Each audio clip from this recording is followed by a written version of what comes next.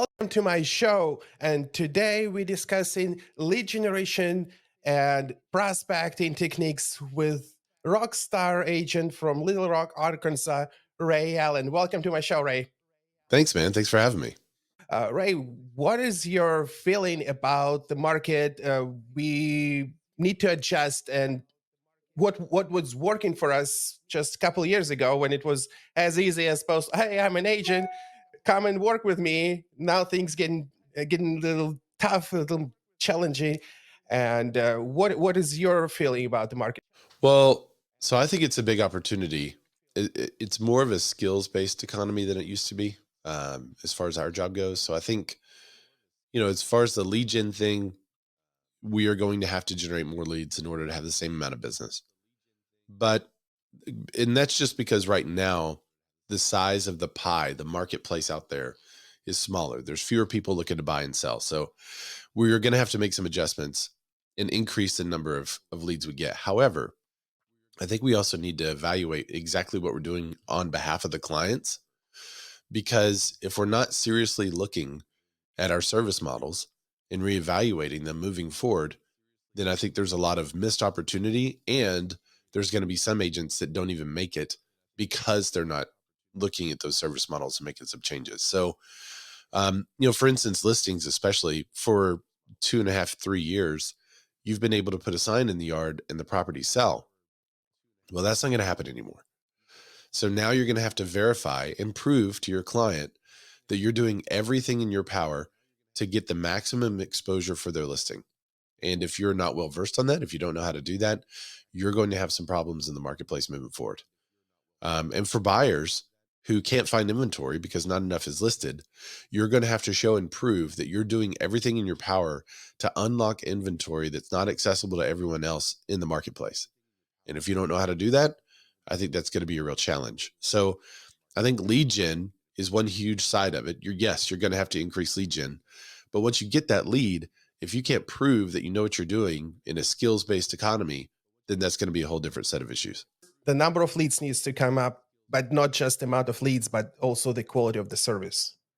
And that's the biggest issue. If previously we've seen that every single buyer was happy to work with any realtor, now they've been more selective. So let's be a little more practical. So let's dive into the lead generation sources that you currently using that works for you. So we still get most of our leads. Well, I say most, it's like 30% of our leads are coming from the sphere of influence. But when you look at how we're marketing to the sphere of influence, we're not just like calling them every month. We're doing a lot of content. We're producing a lot of content. We're emailing them. We're getting in front of them. We're doing client events. So there's a lot of stuff we're doing to our sphere in order to get the leads from our sphere.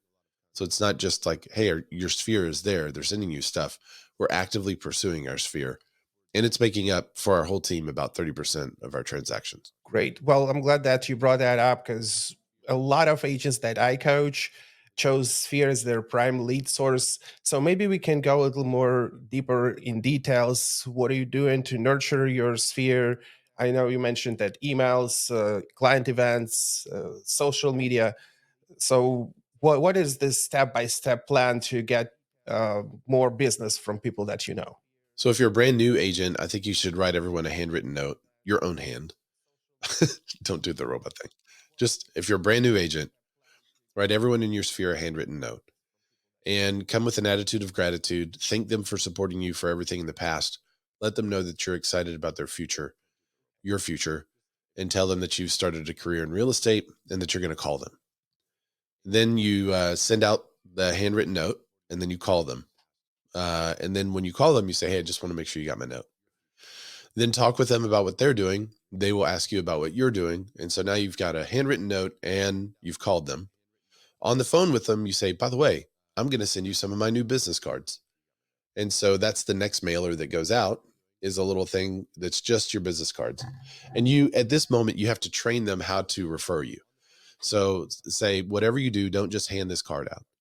To anyone that you hand this card to, I want you to get their information and give it to me. So you've got a little restriction on it, right? So then you send everyone the business card. They're happy to see you, your face on your business card. Then you call them and say, hey, just want to make sure you got the business card. So now you've written them a note, you called them, sent them something, and called them. So your sphere will be very aware that you are now in real estate. So this is what to do if you're a brand new agent. If you're an existing agent and you haven't reached out to your sphere in a while, it's worth a little handwritten note. But during this time of year, you need to call every single one of your people and get their addresses and not be offended when they're like, oh, yeah, we moved last year and they didn't use you. That's your fault to this point. So you need to call them, get their addresses, update it, because everyone's going to be real excited during this time of year to give you their addresses and all their contact information because they think they're going to get something for Christmas, whether it's like a card or a cookie. They think, oh, great. Yeah, here's my address. So it's a great time. Every year we update our client list and our contacts and our address list during this time of year. So that's the first point of contact right now. Once you've done that, you need to, I would say you got to group them somehow.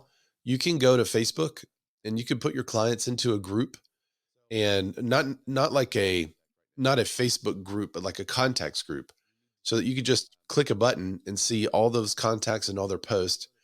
And you need to start engaging with them and saying, oh, congrats, your kid graduated, or congrats on the baby, or so excited for your marriage, whatever. And you do more than an emoji. You have to actually connect using their social media posts. They're putting out personal stuff about themselves. So you want to connect with them. You can do the same thing on Instagram. Can't really group them as easily, but you could if you wanted to. I mean, you could get as technical about this as you want. You could have an Excel spreadsheet of your database and then their Instagram account, and you just go through and see what they're doing. So that's one way to do it. But the more you engage with your sphere, the more you will see their stuff. And engagement is the precursor to you putting out your content. Focus more on them and what they're doing. And when you see something exciting happen, slide into their DMs, send them a video. Hey, I'm so excited. That's great news. You'll be surprised at how many people would be surprised to get a video from you. Some will respond via video, some will send you an audio, some will send you a text, but most likely you'll get a response. Whenever you get that response, then you can start posting. Then you can start putting out your own content. And, I would put behind the scenes stuff out, whatever's in your content buckets. If you like to bake, I'd love to bake. So I put out baking content. It's not for everybody, but my sphere knows that I bake. And what's really funny, whenever you put out, like I put out a bunch of real estate stuff, some baking stuff, but my sphere will ask me about baking. And then we get into real estate conversations. It's really funny. They will send me something like this product they found. They'll say, have you ever used this? Is this legit? I was like, no. So they'll send me stuff that they find.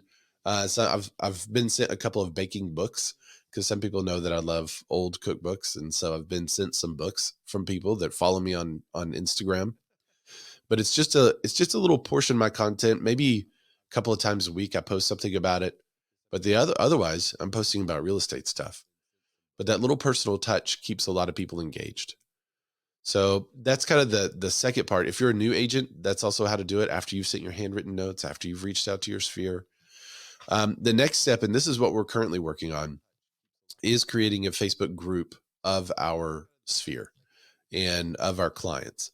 So now that I've been in the business a while, I have a pretty large group of past clients. I'm trying to communicate with them in a variety of ways, from email. And now I want to do a Facebook group of just my clients.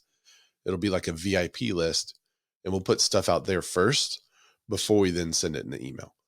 So we'll put discussions about what we're going to do first there. They'll see sign up first there. They'll see events there first. And then a day or two later, we'll send it out in the email for everyone, so they feel like they get a little bit of VIP treatment.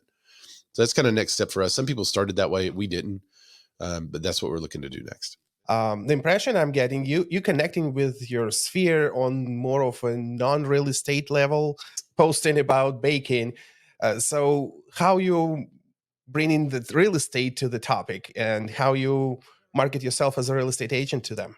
So I would say that the majority of my content is real estate related, but when I am engaging with them, I'm not saying, hey, congrats on your kid graduating. Is it time to downsize? I'm not saying that. I'm just saying, congrats on your kid graduating. I'm not, you don't have to, You don't have to always tell people you're a real estate agent for them to know, especially if you're sending like, we do the walkthroughs where we'll do a video tour of a home. That's probably our number one real estate content is just touring a house and showing a house. Well, if we're doing that often on our Instagram or on our Facebook, then I don't have to remind them all the time that I'm a real estate agent. I have to just connect with them and they will be reminded that I'm a real estate agent because we are connected. So I'm not, and I get a lot of people sending me questions, just general real estate questions because they know I'm an agent. Well, how they know I'm an agent? Like, I look through the text conversation that I've had with them previously, and it's not about real estate at all. But they know I'm an agent because they know me, they follow my content, and I engage with them on social media. And then they will do the DM, they will do the text, they'll ask me a question if they have one. So I would say it's not like I'm posting a bunch of baking stuff and a little bit of real estate. I'm posting a lot of real estate and a little bit of baking stuff. But the baking stuff is what people want to see. It's the stuff that like is personal to me. And you can be personal on online without putting all your private stuff out there. My private life is not on Instagram or Facebook or anything, but I'm personable with everybody on there. I share personal things on there, but I don't share private things on there. So, everyone has to figure out their own line. But I would say that I'm sharing mostly real estate stuff, but the stuff that people connect around is usually the non-real estate stuff. That's the stuff they like to comment on. That's the stuff they will bring up to me in person because they don't always have a real estate need. So what else are we going to talk about? We're going to talk about the game. We're going to talk about how poorly the Razorbacks did against Auburn. We're going to talk about all kinds of passions that I have besides real estate because I should only be talking about real estate with them if they have a real estate need or if they're just curious about something. Back to where we started. This is the improved level of service when you build in relationship with people versus remind them, hey, I'm in real estate. Hey, I'm in real estate. Hey, I'm in real estate. And this is how you build trust, and trust equals respect. And at the end of the day, when they respect you, they choose you versus your competition. That makes total sense. Yeah, that's exactly it. Going back to lead generation and the way you market yourself on social media, can you go that direction and you share with us? You mentioned that you post in a lot of real estate content. Do you have some kind of content calendar or some sort of systems that you implemented that's working for you? Yes. Let me make one more comment about the sphere thing. I feel like a lot of people that say, whenever you're analyzing lead sources and someone says, well, I want sphere to be my number one lead source. I feel like the danger is that that's a cop out, that you call your sphere people that are listed in your phone or people that know you, and you don't reach out to them except for an occasional call asking them if they want to buy, list, or, invest, which is a terrible reason to call. So I think for those that do list sphere, you really have to dive into the strategy around that and make sure that there's a strategy. Because if you're saying I want sphere to be my number one lead gen source, my question to you is going to be how. What are you going to do? What is the engagement going to look like? What's the content strategy going to look like? And exactly what you said, what's the content calendar? So on that content calendar note, I've been using AI to help me generate content calendars a lot. I love using ChatGPT. Some people are using it to write like post captions or real estate listing descriptions, and that's one use for it. But a real great use that I found is just to give me something besides a blank page to look at. I love creating, but I hate starting with a blank page. If I have like a piece of an idea or something, then I can create something with that. But if I don't have anything at all, I struggle. So I use ChatGPT to help me come up with something other than a blank page. And so I'll tell it who I am. I'm a real estate agent. I'll tell it about the deals. I'll tell it where I live, what market I serve, average prices of homes, all that stuff. And then I'll say, develop a content calendar for me for one post per day. Make it, 3 photo post, 1 video post, 1 carousel post, and tell me what I should put out there. And then I just wait. Now, I said 1 post today, but I just said 5 posts. It will give me 5 posts, but on those off days, I'll post something personal. I'll post about the baking, I'll post the CrossFit, I'll post something else. But I'm posting mostly, 5 days a week. I'm posting mostly real estate content, and it comes up with really good ideas. Um, it comes up with, it said I should post a home tour on Sunday. Well, if you ask a lot of Instagram gurus out there, they'll say, oh, Sundays are not really good for video. And that's not right, especially if you're in real estate. Because what are people doing Sundays who are interested in real estate? They're going to tour open houses, right? In our market, we only have Sunday open houses. We don't do Saturday open houses. So usually Sundays are the day where everyone in our market is touring houses. So why not post a home tour video on Sunday? Because it's in context with what someone who is interested in real estate is already doing that day. So it said I should do home tours. The other stuff it said to do because it knows, I told it my other content buckets, from fitness to baking to whatever else I'm interested in. And I really wanted a baking theme coming up because there's a lot of baking around Thanksgiving. And it said, you should talk about the recipe for buying a home, and kind of weave in the recipe type stuff there. It said that I should do kitchens and talk about kitchens because that would connect with the audience who's already connected with me based on baking. They would connect with me there too because now I'm talking about real estate and baking. All right, so back to business. So ChatGPT helping you create the content calendar, and then tell me about production. You're doing pretty good with the videos that you're recording. These home tours, they look very professional. Do you hire a professional videographer? Do you do it yourself? What's the process around this? A little bit both so we've always tried to put our clients and our listings in the best possible light. So back in, man, I started real estate in '06 as an assistant, and I got licensed in January of '07. Had a wonderful 4 or 5 months before the crash. But during that time period, there were two 360 tour companies that were in business, and I brought those to Arkansas, and I was using those 360 tour companies. Now that back then you had to like take individual photos, vertical, take a whole bunch of photos, then you would stitch them together, and then you would tell it what order to put those photos in. So we've come a long way since then, and it was great, except the whenever the market crashed, no one wanted to do that anymore, and they were called virtual tours. And now then everyone started uploading like regular photos to the virtual tour, and it would just do this on the screen because it was a regular photo. It wasn't a 360 photo. And so people stopped clicking the virtual tours. Fast forward, 360 tours came out, which is the exact same thing. It's just a different name so that people would click on it. So 360 tours came out, and it was not as good of quality because they were all trying to do these one-shot cameras where you stick a camera in the middle of the room, you take a shot, move it to another room. It was compressing the file so much that it wasn't putting the listings in the best light possible until about 2 years ago. So that technology has been around, but the way people used it, it wasn't worth it for us to put our clients' home out there like that because we didn't feel like it would show that house in the best possible light. So as an agent and as a team, whenever we look at content, if we're featuring our clients, we want the highest and best quality possible. So if I'm featuring my client's listing, I want a professional videographer. I want it to be the absolute best. I want a professional photographer. I want a drone pilot. Like I get all the best stuff to feature the listing. Now, if I'm turning the camera on myself and talking about the market, I could use my cell phone for that. Not concerned about that because I'm featuring myself and I'm going for more authenticity rather than professionalism.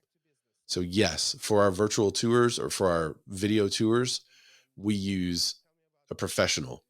Now for the Instagram versions, the straight up and down, we have a mix of professional and also my camera. So now you can shoot 4K, 60 frames per second.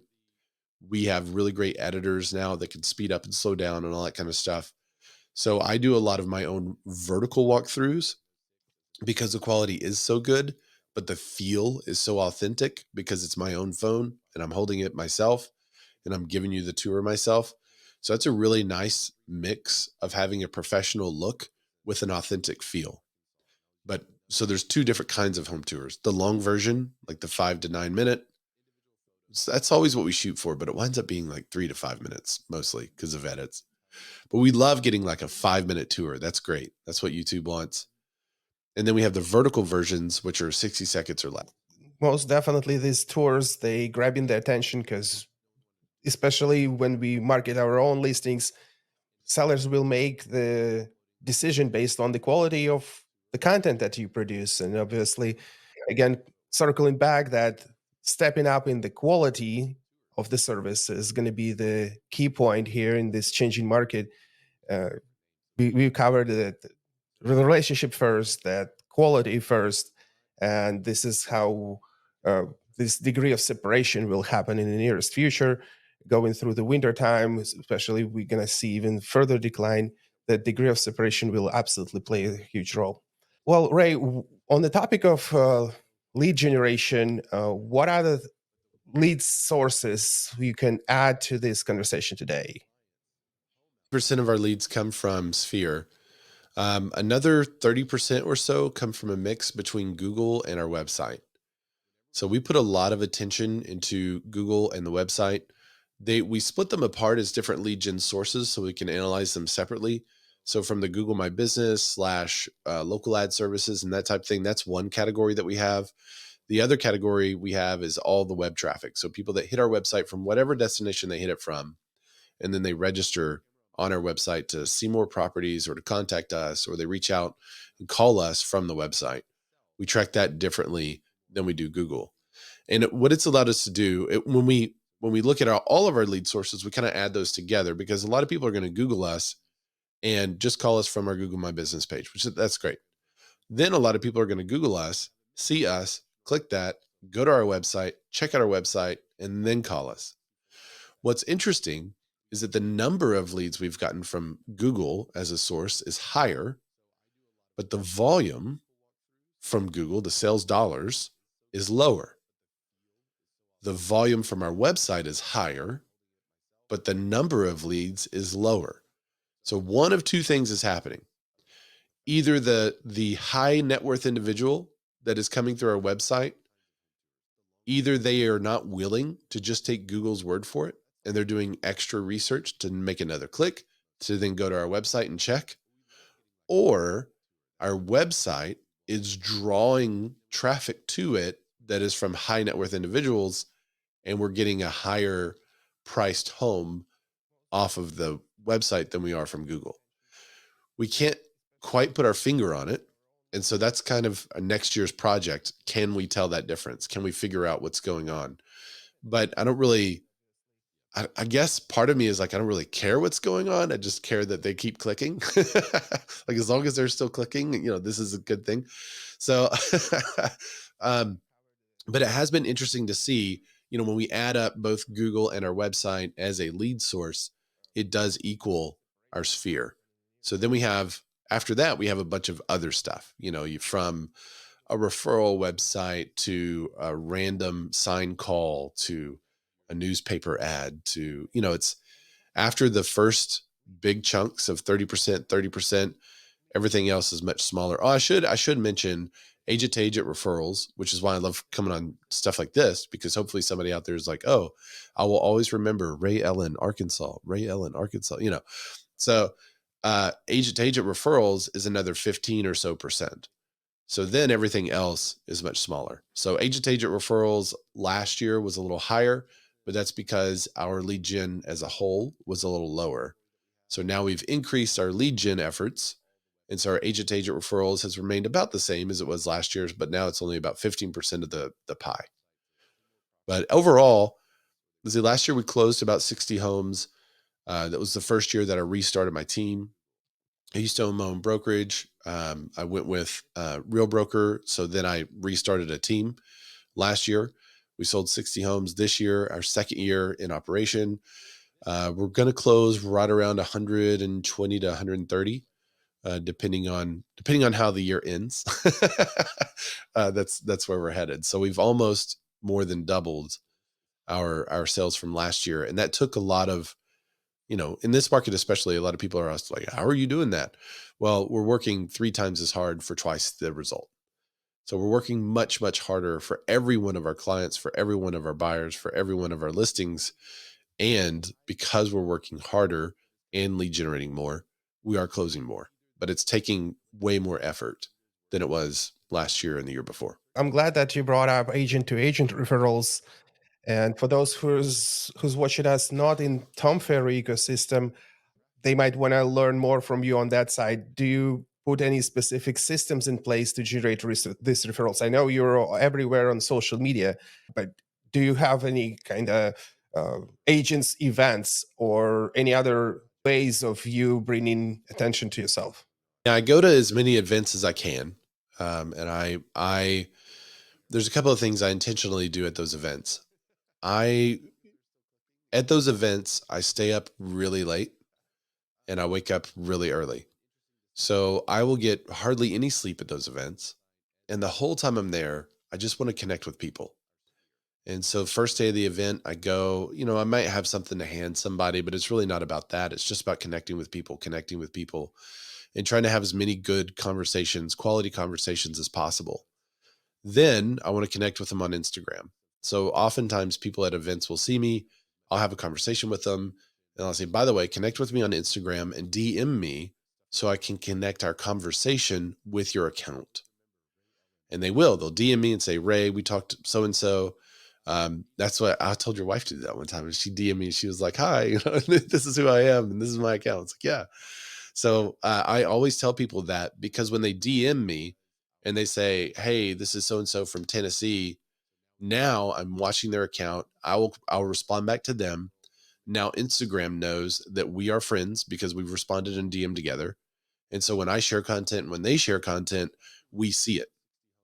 So the other thing I do is while I'm at the event, whatever the event hashtags are, I check those out and I see who's posting and who's active. I'll comment. I'll say, hey, come find me if you see, I will try to connect with those individuals who are actively posting because if they're actively posting on a platform that I'm active on, then it's easier to connect with them. So I go to as many events as possible. I'm staying up late at the events. I'm going to the cocktail. I'm going to the dinner. I'm going to the dessert. I'm going to the karaoke. I'm going to the club. I'm doing all that stuff to connect with as many people as possible and create as many relationships as possible. And then when I come back, I don't send them anything. We've wanted to send stuff, like have a little package of stuff from Arkansas. It's just been really hard to like gather all that stuff and think about sending it. I'm not that type of person. I'm not gifted in sending gifts at all. But I will connect with them on Instagram and I'll see what they're doing and I'll send them a follow-up DM. Hey, it was so great to connect with you. Yeah. And I'll try to keep them in mind for other referrals. I'm a member of a bunch of real estate groups online. Not those ones that have like 90,000 people. There's much smaller real estate groups that are kind of in niches about certain topics that I'm either good at or want to learn more about. And I love getting memberships in those because then I can connect on a different level. So I'm in one that's all about YouTube. And that's all we talk about is YouTube thumbnails, sharing YouTube experiences. And my consumer side of YouTube is not that great. So I'm there to learn as much as possible, but I'll also help as much as possible. I've used AI pretty successfully in generating a lot of thumbnails. So I could say, like, this is a strength that I have here. Let me show you guys how to do that. So I'm trying to give value to them in that context.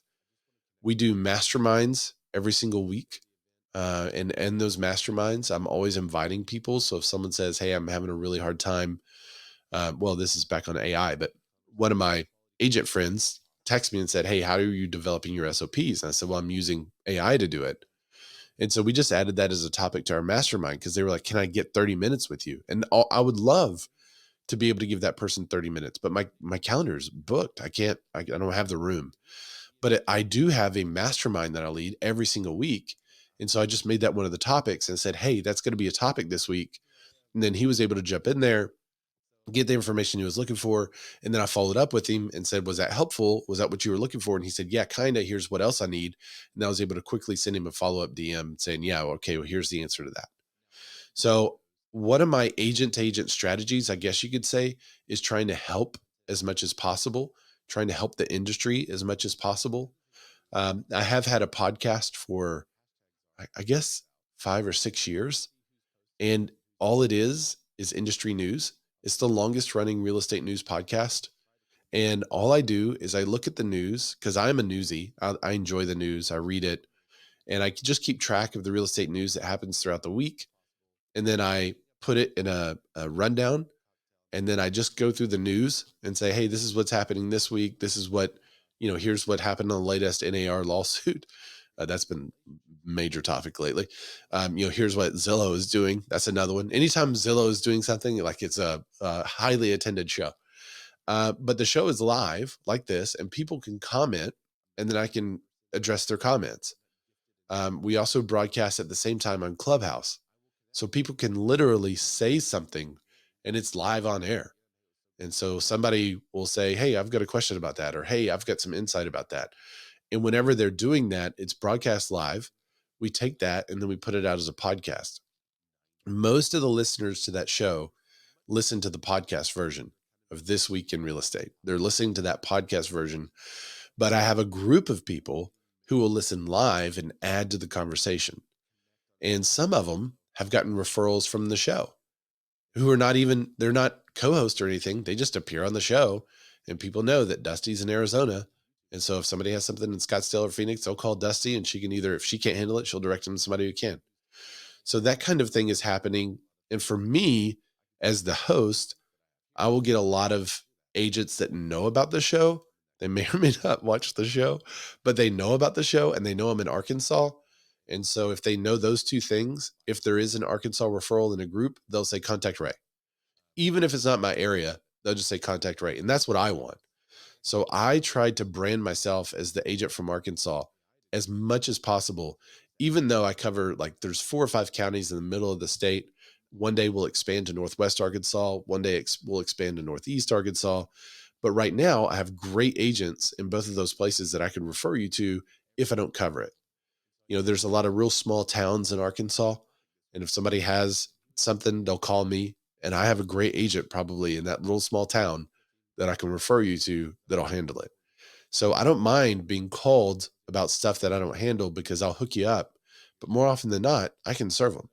And so we get a lot of agent to agent referrals through, I guess, me just adding value back into the marketplace of agents. So you come in through bringing value first without expecting to get anything back, either it's baking or your news or your podcast or your any other ways of you generating business. I see this is where the industry going and should go, by not necessarily purchasing leads and converting leads into sales, but more of possessing yourself as a brand and providing value first. And when people see your value, they will work with you and refer you without any hesitation, because it's important for them. Yeah, that's exactly it. Adding value. The Jim Rohn said this years and years ago, but he said, if you put value into the marketplace will return you value, will turn the money. And there's a book by Gary Vaynerchuk called Thank You Economy. And it was really kind of the first book that addressed that by just putting value out there. And he followed it up with jab, jab, jab, jab, jab, right hook. And he talked about, just giving, giving, giving, giving as much as possible. But that's been a tenet in a capitalist society forever. And I think it's one that people forget when there's so many little MLMs and there's so many ways for you to position yourself as an entrepreneur. Then that becomes your sole focus, is getting all your friends and family to use you as that entrepreneur. And people get tired of it. They want you as a person. They want to know you. And so if you're not putting that kind of stuff out there, then they're going to ignore you. If you're only putting the use me, use me, use me stuff, then people, they don't want any of it. So instead you have to flip the script. What does that person want? And how can I help them get what they want? And if I get them what they want, then they'll help me get everything I need. I suggest that we wrap this episode up on this beautiful note. I want to say thank you, Ray, for attending my podcast. And for all the viewers, Ray Allen, Little Rock, Arkansas, and Arkansas in general, right? You're expanding. Please keep Ray in mind. Follow him on Instagram. Subscribe to his YouTube. Yeah, for sure. And I hope you found value in this podcast episode. Thank you, Ray. Thank you, audience. Have a wonderful day.